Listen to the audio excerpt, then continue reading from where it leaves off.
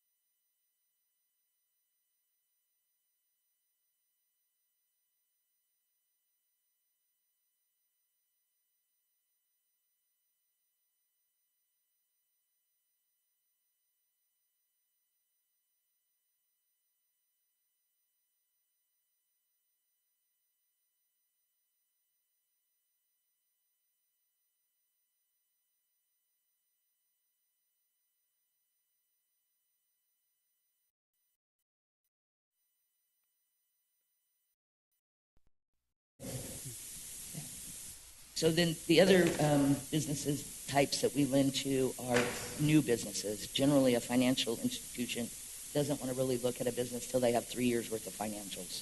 So we come in those early stages. We have the ability to take collateral that's not necessarily conventional, but all of our loans are secured, and our loan program is very effective. Next slide. So through the region, we've had in excess of $300 million in infrastructure investment. I'm going to go back to it again. Infrastructure is the foundation. You can see the projects, and you guys live right near many of them. The Marysville Ring Levee Project, the Caltrans Safety and Mobility Projects, and Beale Air Force Base modernization. Pardon me again, and that's last year, Beal.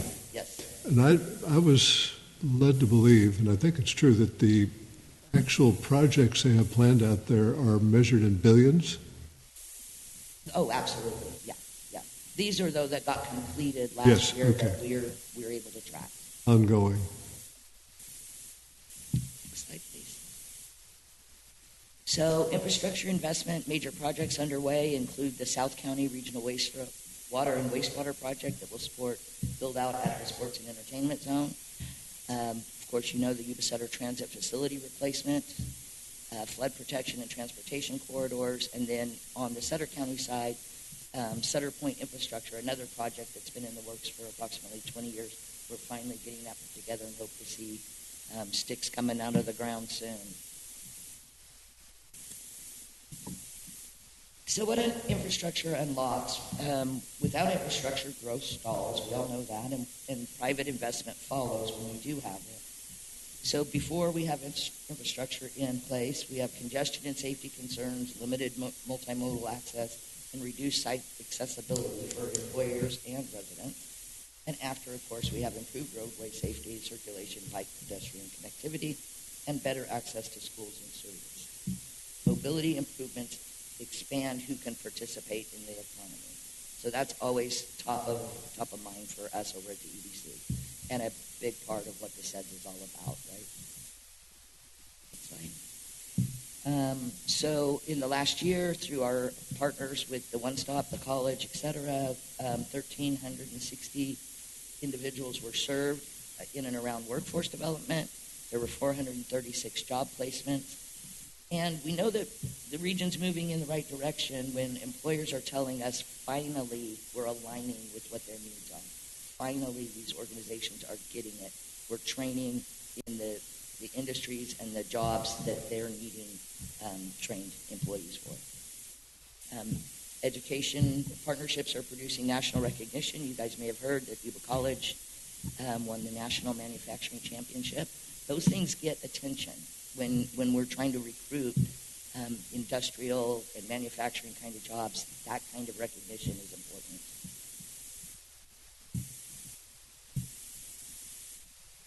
So quality of life is an economic strategy, why people choose to stay and invest. Housing projects are advancing across all income levels. You all are aware of that.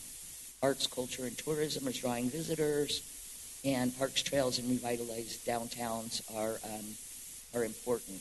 Employers follow talent, and talent follows livability.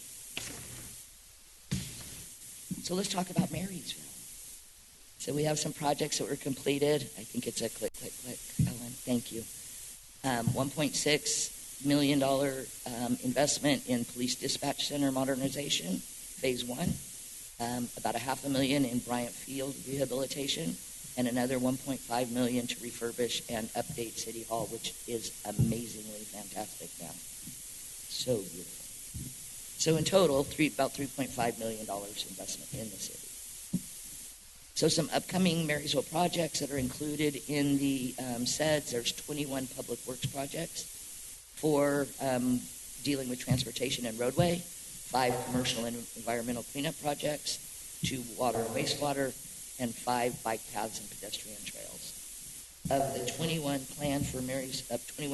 projects planned for Marysville, 10 are estimated to be completed in 2020. So that's significant, and it's important when your staff is reviewing the document every year that they're adding those next projects as we complete the work. So we have some economic momentum. You guys like that word? I like it too. But we have some challenges with it. So each year, on average, we receive about 18 serious inquiries for large, major industrial employers. Our challenge, again, is we don't have site-secured property that we own or we know is developable, ready to develop.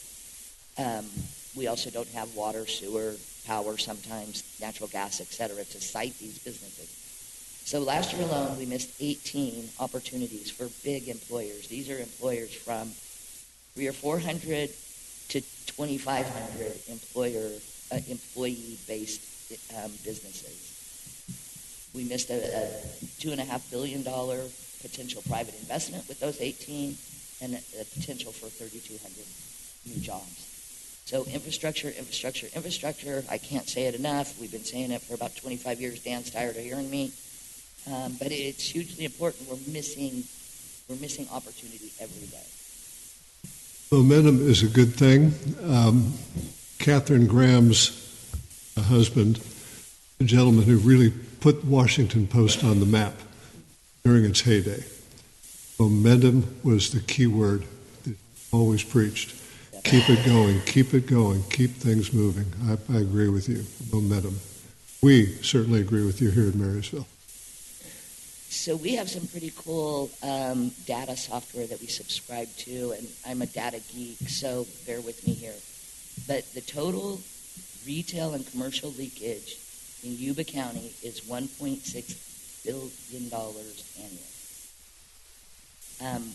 In this order are the highest losses to us: electronic shopping and mail order houses, automobile dealers, grocery stores, and general merchandise stores. We can drill this data down to really molecular levels, but this is the opportunity that we're missing, in addition to the opportunity we're missing from the industrial side. So, keeping our eye on these balls, getting the infrastructure in place, making sure that we're infilling where we have opportunity, it's all important for the economic growth of the region. Pardon me, those are regional numbers, 1, 2, 3, 4? No. It's This just is Yuba County only, and that is Yuba County only annual leakage. What do we have? Another $1.2 million on the Sutter County side. Billion. And it's more in Yuba County. I'm sorry? And the number's larger in Yuba County. More leakage, right. I wonder, You can't buy a car. Well, I guess there are a few used car lots in the county, but you cannot buy a car here. So 100% of those sales are leaking somewhere, whether it's Placer County, Bruce County, Sutter County.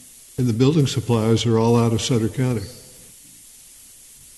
So, there's opportunity, and that's why I wanted to mention this, is there's hope for us. We just have to figure out how to get there. The big number, though, is the electronic shopping and mail order. I wonder how much of that has to do with the fact that if you're in Yuba County, what do? Do I drive over to Lowe's or Home Depot, or do I just order it on Amazon? So mail order houses would include Amazon distribution sites or others.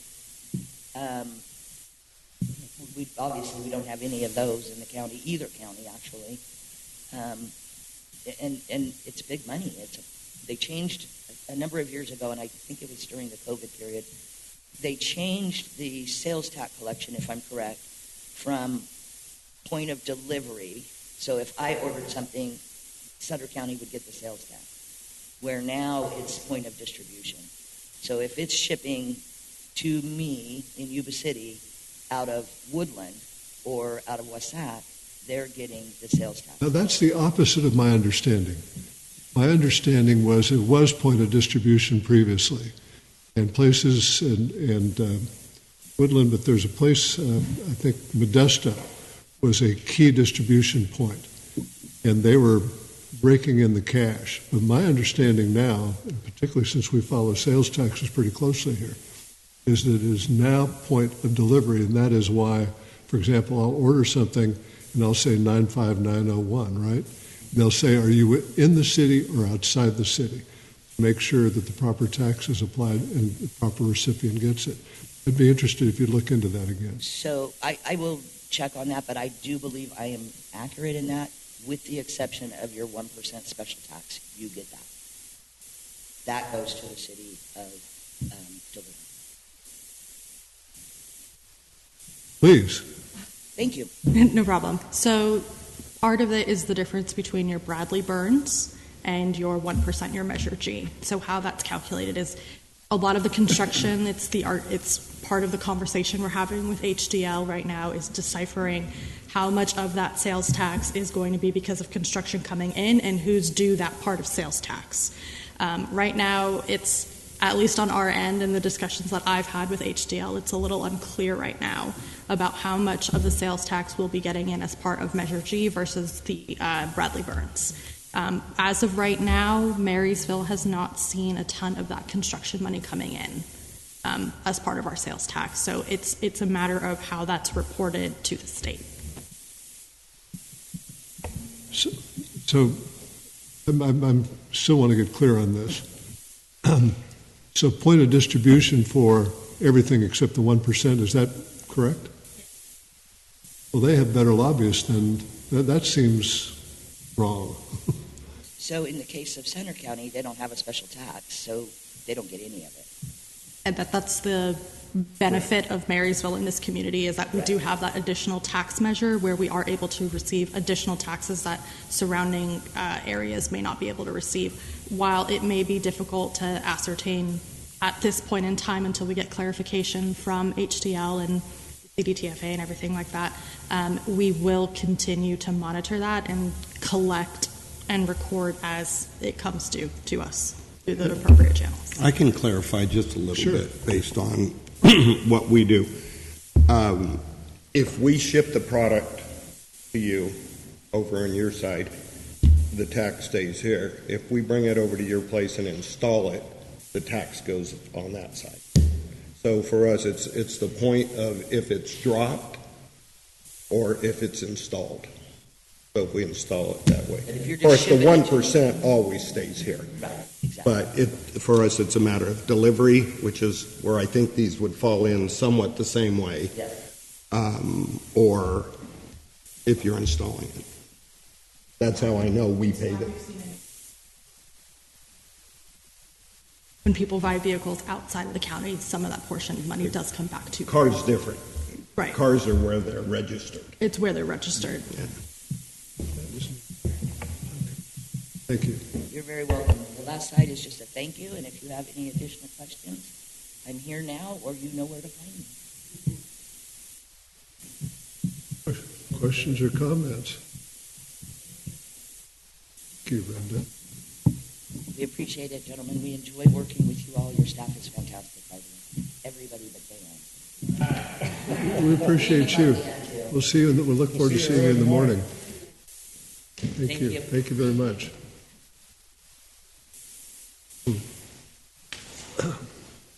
Okay, we now, Madam Clerk, now it's time for public comment on anything on the consent calendar or anything not on the agenda. Does anybody have anything to comment on? No, I don't have anything. Thank you. Thank you. Thanks. So we move to the consent agenda, and all matters here are considered routine and therefore approved by one motion, unless a council member or the city manager first requests that a matter be removed from the consent agenda for separate discussion and action. Before we go any further, I see that item number 5, Mr. Peterson, subject, his group is the subject of that. Is that correct? Correct. Would it be okay if we took a minute and as you I describe what's going on there? Would love to do that. Thank you. And I think we'll recommend that Mr. Peterson come up and introduce himself Well, as well. first let's deal with the rest of the consent agenda. Following the rules. Subject to the exception of 5, which will be discussed separately. What's the will of the council? I'll move to approve. Motion? I'll second. Seconded. All in favor? Aye. Any opposed? None noted. Thank you. Okay. Item number 5, approval of a professional services agreement with Peterson Consulting Advantage for on-call grant development and strategic consulting services and appropriation of funds. Recommendation is to pass a motion to approve a 1-year professional services agreement with Peterson Consulting Advantage for on-call grant development and strategic consulting services, and authorize the city manager to execute the agreement in an amount not to exceed $25,000 and approve the appropriation of funds in the amount of $25,000, the applicable funds to support this agreement. Mr. Jim Shadd. This is an item that supports our ongoing pursuit of external funding. We have been aggressively applying for grants for various endeavors, and we have been fairly successful in receiving those grants, but we are wanting to take a bit of a step up and apply for more, to be honest with you. We have some opportunities coming up that, frankly, our staff is outside of their bandwidth at this point. We need to bring in some consulting resource with expertise, particularly in the streets and infrastructure area. And we are fortunate enough to have Mr. Peterson, who has worked in this area for quite some time, and I'll let him explain that when he comes up, and has been very successful in writing grants for other agencies, which I'll also let him expound upon. So we would recommend that we use his services to help us write some additional grants, particularly starting with streets-related grants through SACOG. Those are the ones that are most pressing. Unlike other services that we've looked at, Mr. Peterson charges by the hour and not by the grant, which I think is a benefit to us. And unlike other services, I think Mr. Peterson has an intimate knowledge of the region and the type of the grants that we are pursuing. So with that, I'd like to invite Dan up to just give a little bit of his background and explain how he can help us. And Mr. Shedd and I had previously discussed probably pulling this so that we could all get a little closer contact with Mr. Peterson. Sir. Good evening, Mayor Branson, members of the council. Is the microphone working? Can you hear me? It's just not. Otherwise, I'll just act like my grandkids are around and I'll yell. But for those of you that don't know me, my name is Dan Peterson. I retired a couple of years ago as the Public Works Director right next door at Yuba County. Before that, I was the Deputy Director of Public Works over at Sutter County. As I mentioned, I retired a couple of years ago, and when I did, I made the offer to Yuba County that I would continue to write grant applications on their behalf for major capital projects. Over the past decade, Yuba County had amazing success at applying for and receiving grants to the total of over $170 million. And then we had an additional $30 million that we won when I was at Sutter County. So my goal is to get to $500 million before I retire for good. But that said, my approach when I go after capital grants is different than pretty much any other professional grant writer that you'll ever meet. First off, I have degrees in mechanical engineering and civil engineering, plus a master's in public administration. And my wife happens to have a doctorate in business administration, is a CPA and an expert in governmental fund accounting. So between the two of us, we can pretty much handle almost anything that you throw at us. I get very excited about infrastructure projects. Matter of fact, one of the things that people often comment about is my passion for my work. I really embrace what I do, and these projects become my projects. And this is my neighborhood. I moved here with my family in 1980, so I'm familiar with the area. I'm familiar with the roads and the infrastructure. I understand the needs of the community, and I would very much love to help Marysville get some grant funding to improve the infrastructure here. Sure, I know how this is going to go. Any members of the council wish to comment or ask a question? Well, I know after speaking with Jim that this has been carefully vetted, and I feel even better after hearing you speak. Thank you. What is the will of the council? Oh, pardon me. Do we have any public comment? No, we do not. And noted. What's the will of the council? Move to approve. Motion. I will second. And second. All in favor? Aye. That is unanimous, sir. Thank you you very much. Thank you for coming. Very much. Appreciate it. I'm really excited to start work. Thank you for being here, Thank sir.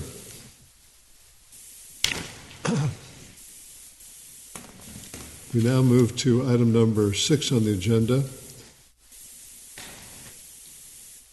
Oops, item number 6 was on the consent calendar. Never mind. We now move to discussion and action calendar. All matters here will be discussed and acted on individually. Item number 7 Consideration of budget proposals for 3 city-sponsored special events in calendar year 2026.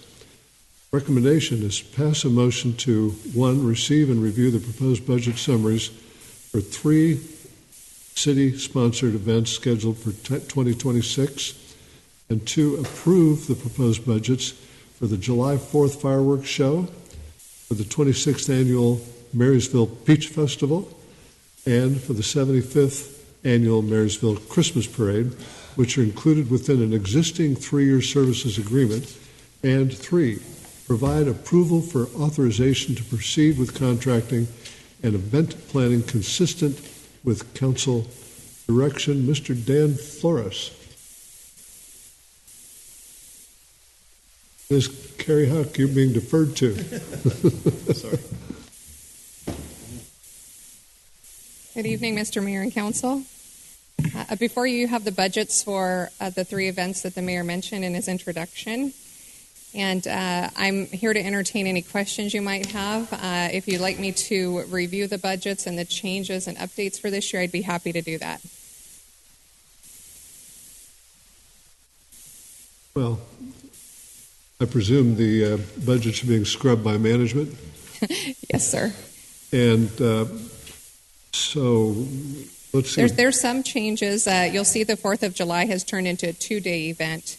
We'll be doing the fireworks show in Riverfront Park on the 3rd, and then we'll be doing a drone show over at the fairgrounds in Yuba City on, I'm sorry, I said June 3rd, July 3rd, and July 4th will be at the fairgrounds in Yuba City, a drone show. And so you'll see that the city's exposure, the actual cost to the city, is a quarter of the overall cost for the drone show and the fireworks show. That's shared among the other municipalities we're partnering with. And so we're expecting $21,287.50 to be your actual exposure. Tell me, how did, let's just focus in on the Peach Festival for a moment. Oh. How did that turn out financially for you and for the city? How did it work out?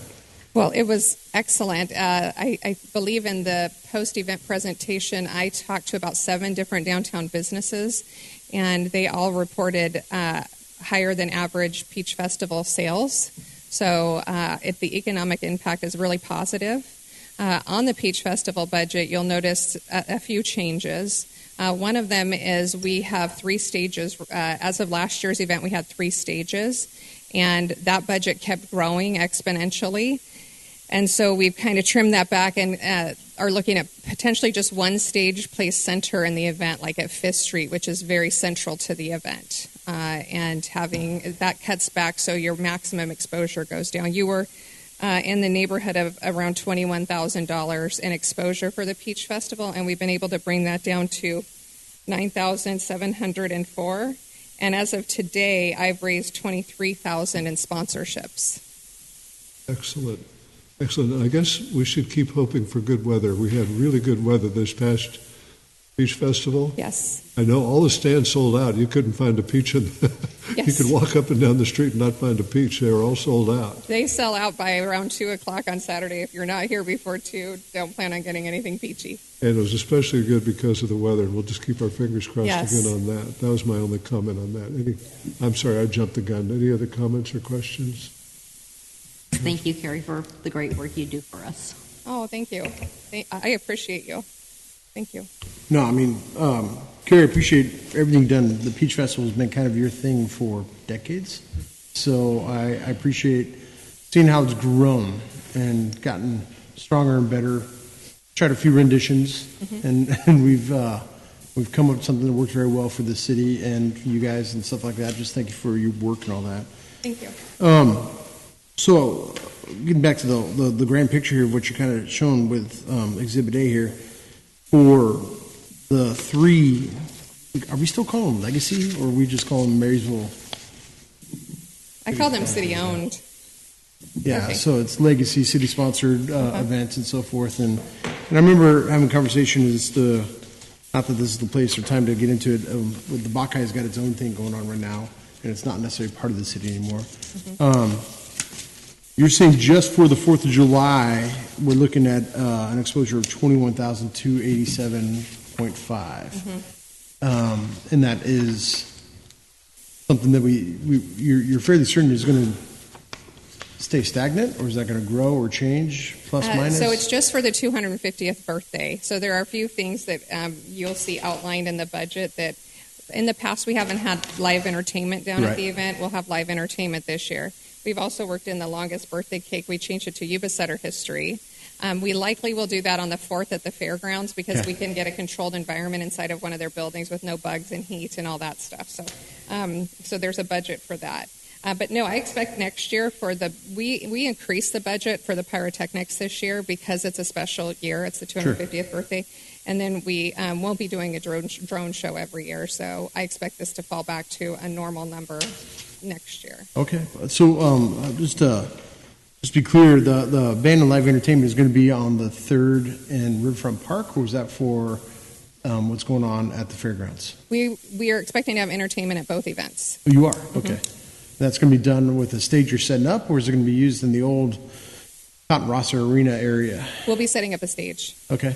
We'll set up a stage in Riverfront Park, and then at the fairgrounds, they have stages, so we'll ask them to move one out for us to use. And it's likely that's going to be a DJ situation playing patriotic music over at the fairgrounds. No, I appreciate it. And I'm sorry that I'm asking questions. I've read, but it's just kind of one of those things where I'm happy to answer. I'm going to be asked these questions by, patrons of my establishment. And so I just want to be able to, give them word for word on the whole thing. So sounds like you got everything kind of nailed out for the 250th celebration, which is pretty awesome. Mm-hmm. We've been meeting monthly with all the different leaders from each municipality, and we brought the fair on board. Electronic Playground, which is a marketing firm in Yuba City, is going to operate a car show at the fairground. So you'll have a car show in the evening, you'll have food trucks, music, and then we'll have the drone show. So they're going to help out with that.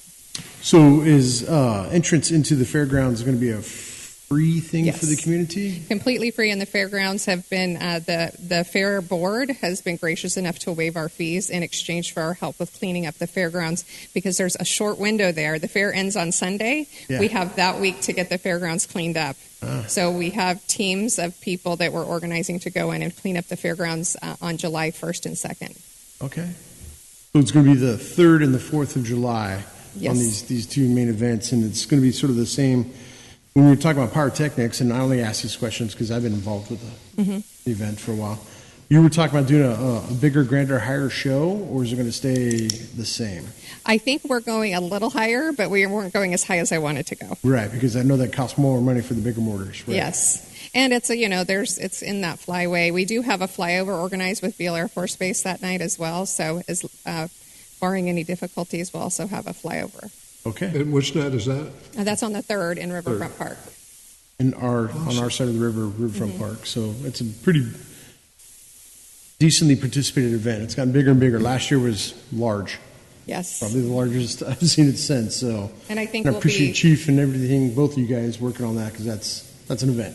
Yeah.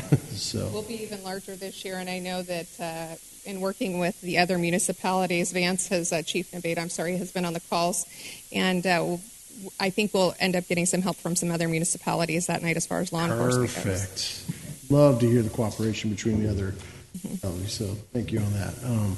Thank you, Carrie, Jim, staff, everybody, because it's going to be a big event, especially 2 days in a row. So looking forward to the celebration of the freedom of America, and pray it stays that way. Thank you. Thank you. If I may, and I think I know the answer, the other communities have been very cooperative. It's been a very good group effort, including Live Oak and Wheatland. Yes, Live Oak and Wheatland are also engaged, and we know they're much smaller municipalities with tighter budgets, and they were trying to scrape together some dollars, and basically what we proposed is give us people to help with the cleanup in lieu of dollars, because we know the struggles they're facing. So question again, because we've done this in the past with the 4 local government municipalities, which is Yuba County, Sutter County, City of Marysville, and Yuba City. You now have expanded that to the other municipalities, Wheatland, Live Oak, and so forth? Yes. Wow. Nice. Yes, so we have a representative from the City of Live Oak. I think Ben came to the first meeting, and then Luis Cibrian with the City of Live Oak. He's been attending the meetings. And then the city manager, Bill Zanoni, has been attending the meetings as well in Wheeling.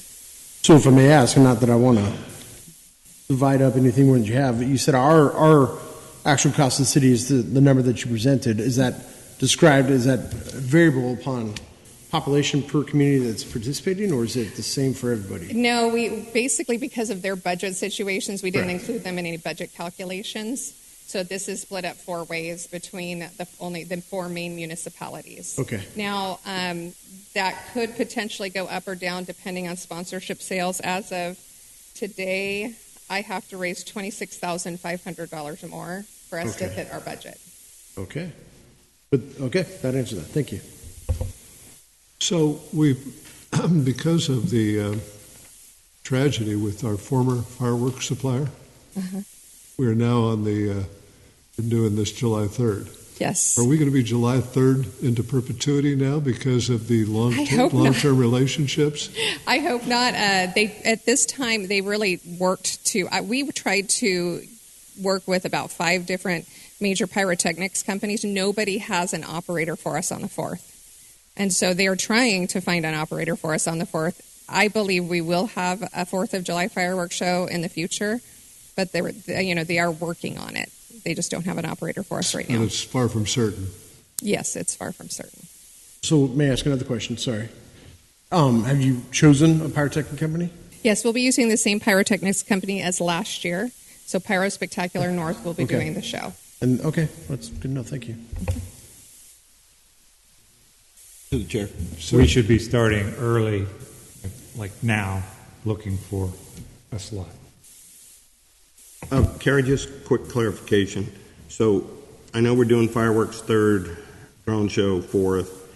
The car show and these other events are on the 3rd, on Friday? The car show's on the 4th at the fairgrounds. Okay, this says the 3rd. That's what threw me. Oh, I'm sorry. Yeah, no, that's okay. That's what threw me. So it is on the 4th. Oh, yes. You are correct. It's on the 4th. Okay, perfect. Thank you.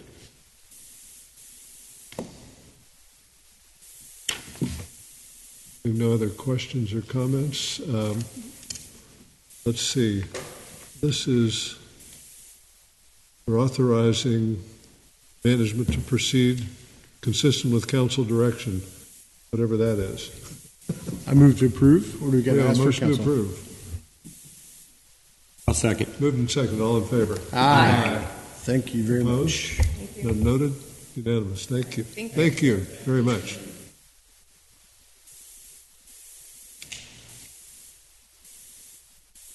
So, here we are, number 8. Post notification soliciting interest in the Linda Fire Protection Board of Directors positions. The recommendation is to pass a motion to approve the request for interest for the 2 additional Board of Directors for the Linda Fire Protection District from the City of Marysville. Chief, did you want to share anything, or Jim? How do you want to handle this? Chief.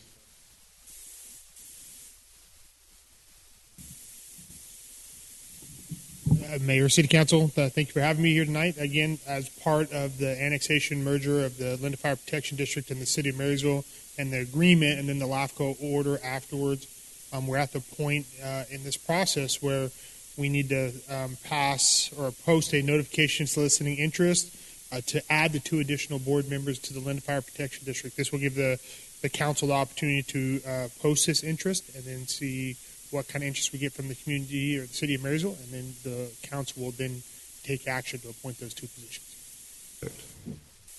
Through the chair. Sir. And Jim, you might answer this, or Chief, you might answer this too.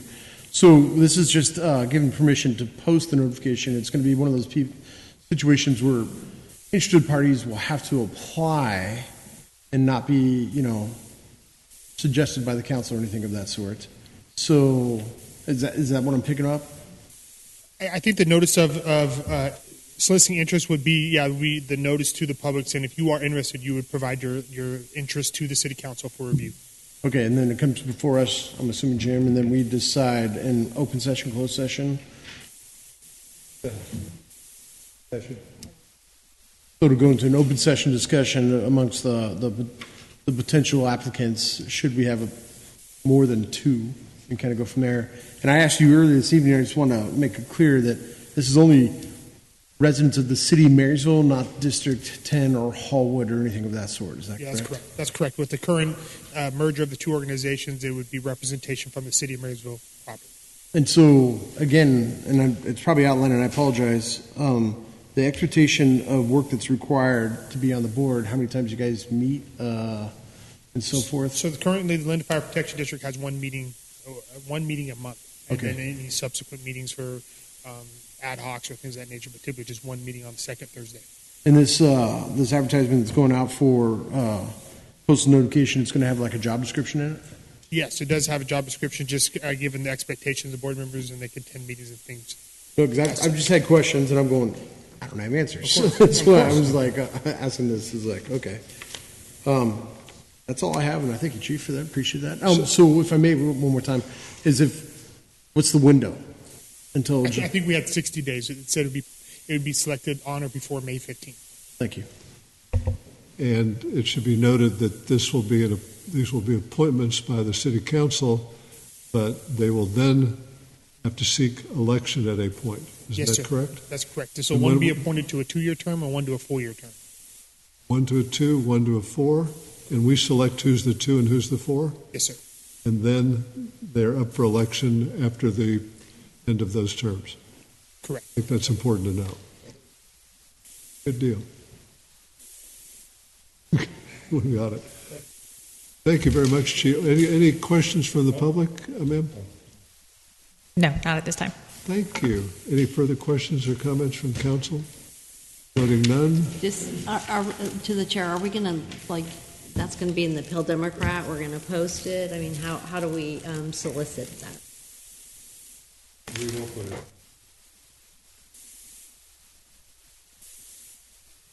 Okay, thank you. Awesome.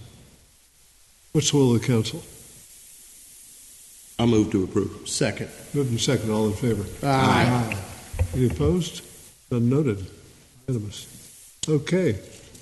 Committee reports and comments. Council member Roberts. You're always first, and you're pretty good at it. I think that we had a really great turnout for the CDBG public outreach. That was a great meeting to see so many youth. I was really happy with that.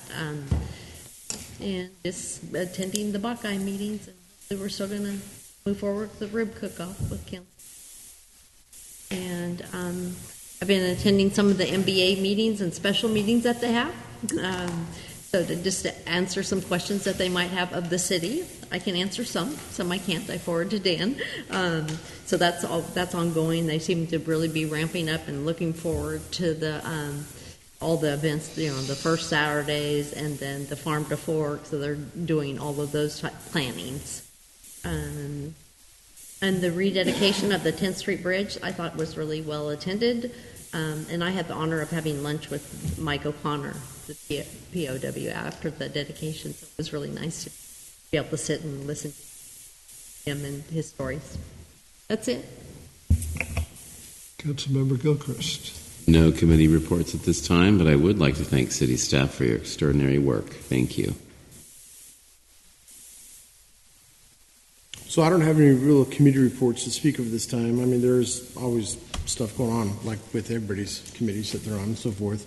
More to be said in the next few days. I just want to say thank you to the staff, but also with these legacy events that are coming up, and the Buckeye that is separate. We got that coming up here in the next few weeks, and it's going to be hopefully a really large event again, like it has been in a while. And the Chinese community has kind of ramped it up the past couple of years, making it a multi-weekend event, and I love trying to support them, even when it requires extra work. Like Councilman Rollins and I are working with the rib cook-off, which I have just roped in Chief Nabetta. He's going to be one of our rib judges and so forth. So I'm working on finding a couple others. Chief from Linda Fire is going to help me find somebody. He's busy or obligated that day. But it's a good event. Car show, dances, lots of stuff going on, and that's all going to happen on Bomb Day. So let's just get families and community out there to remember this heritage. It's the longest, oldest parade in the state of California. So that's coming up inside of 3 weeks. And 21st. Yeah, Saturday the 21st. And, you know, it's the Chinese water god, keep the rain away, and the water out of Marysville, and then let's enjoy ribs the next day and go from there. We're hoping to have 10 teams. So we'll see where we go there. If anybody thinks they know how to cook ribs, let me know, and I'll get you as a team. But the spots are filling up pretty quick. That's all I got on all that. And thank you, everybody, again, for all your guys' work with the numbers and so forth. And keeping us going, protected, and safe. Thank you. And John, I really want to say thank you to you. No, you're like, we call it retired. It's Rod, retired on duty, because you got a short timer type of situation. But I want to thank you for all the work that you've done as a contractor for the city here, and you're going to be missed, especially by your adopted sister. So I hope the best for you and your ventures. I'm not exactly sure when your last date is, so this might be a little premature, but I just want to say, John, I do appreciate everything you've done for us and your time being here, and you're going to be hard to replace. But I'm not going to let him go. I don't know if we have an option, man. His wife's in play here, right? You know, so we'll see. Thank you very much. Mr. Vice Mayor. And no committee reports, but a few things I'd like to comment on. One, I want to agree with Councilman Hudson. Thank you for everything you've done for us, John. It's been a pleasure working with somebody like you. Really has been. Buckeye, I'm so curious about. I'm finally bringing out a 20-year-old build, my hot rod, this car show. It'll only be the second time that it's ever been brought out, so I'll be bringing it out to that. I'm looking forward. No, I'll drive it that far.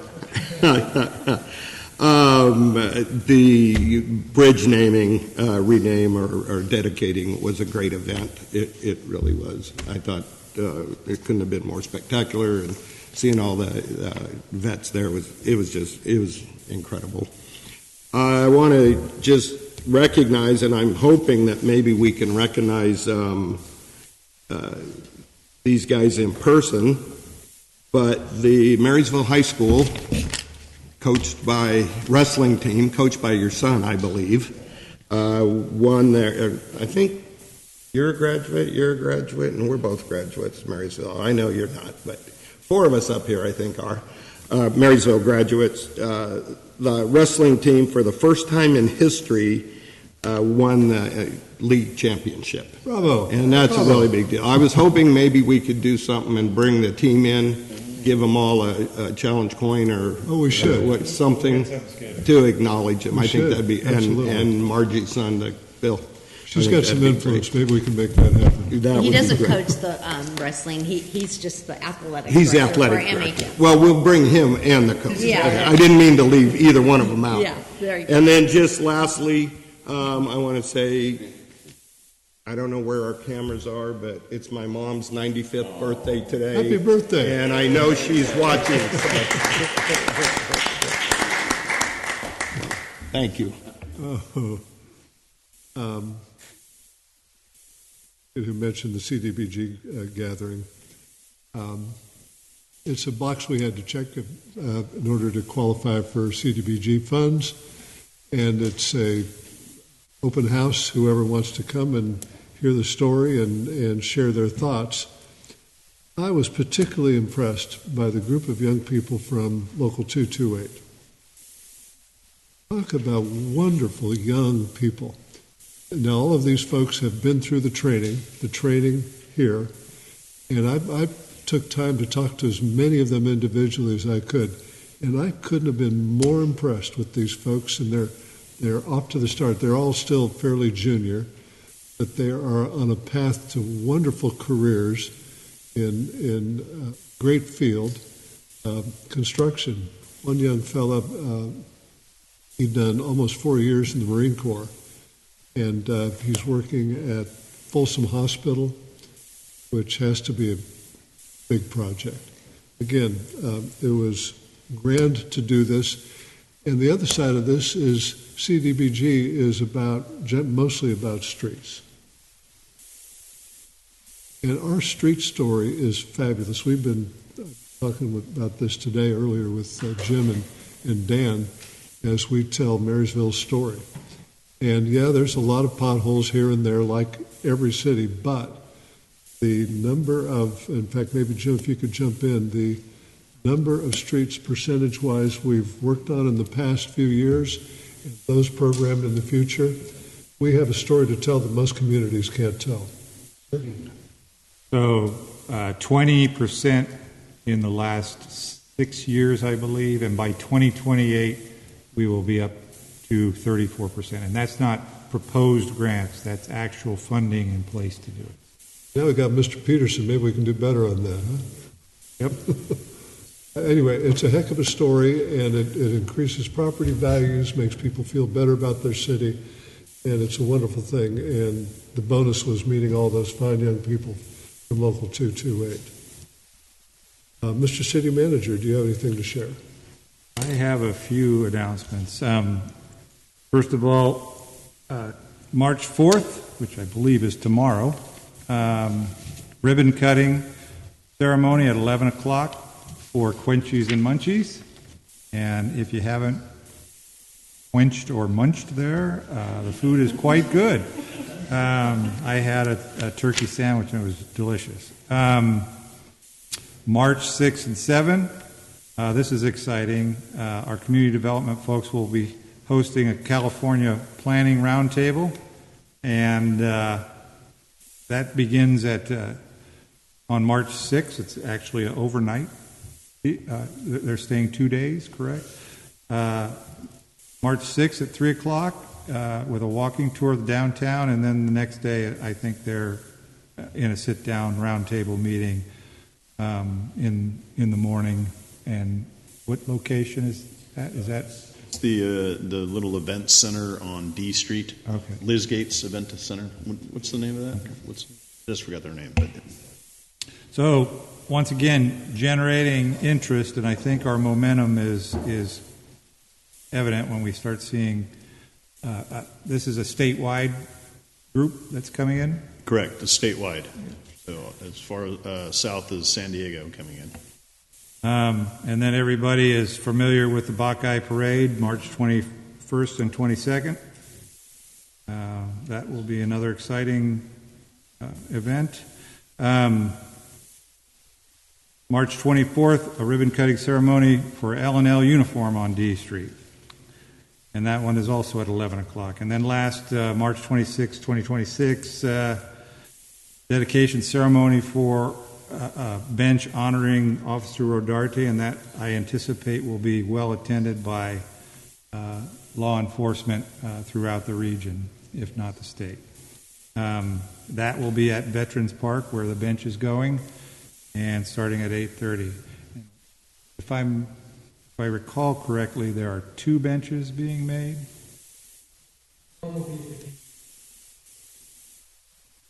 So I think the PD one will be installed at a later date.